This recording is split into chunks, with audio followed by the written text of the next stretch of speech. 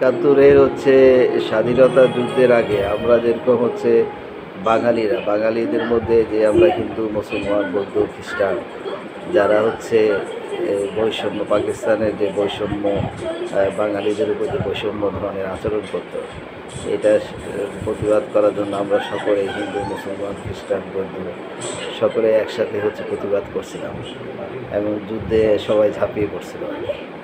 তো এখন আবার আমরা এই 2024 সালে নতুন করে আমরা দেশকে স্বাধীন করলাম।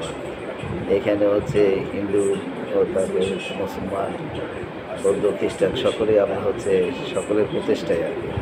তো এখানে অগ্রণী ভূমিকা রাখছে ছাত্ররা। তো বিশ্ববিদ্যালয়ের ছাত্ররা, কলেজের ছাত্ররা, স্কুলের ছাত্রছাত্রীরা, বিশ্ববিদ্যালয়ের ছাত্রছাত্রীরা, কলেজের ছাত্রছাত্রীরা, তারপরে স্কুলের ছাত্রছাত্রীরা। তো আমরা এখন যে নতুন দেশ গড়বো আর কি, বৈষম্য দেশের থেকে সকল ধরনের বৈষম্য দূর করার জন্য। তো আমরা সকলে কাঁধে কাঁধে হাত রেখে আর কি আমরা নতুন করে দেশ গড়বো আর কি। এখানে আমাদের মধ্যে কোনো বৈষম্য থাকবে না, কোনো কাজে বৈষম্য থাকবে না, ধর্মগত কোনো বৈষম্য থাকবে না। বৈষম্যর মধ্যে আমরা কাউকে ধর্ম নিয়ে কাউকে বিচার করবো না কোনো মানুষকে। আমরা বাঙালি,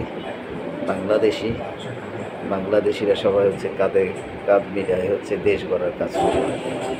তো সকলেই আমরা চেষ্টা করবো, আল্লাহ আমাদেরকে সহায়তা করবো ইনশাআল্লাহ।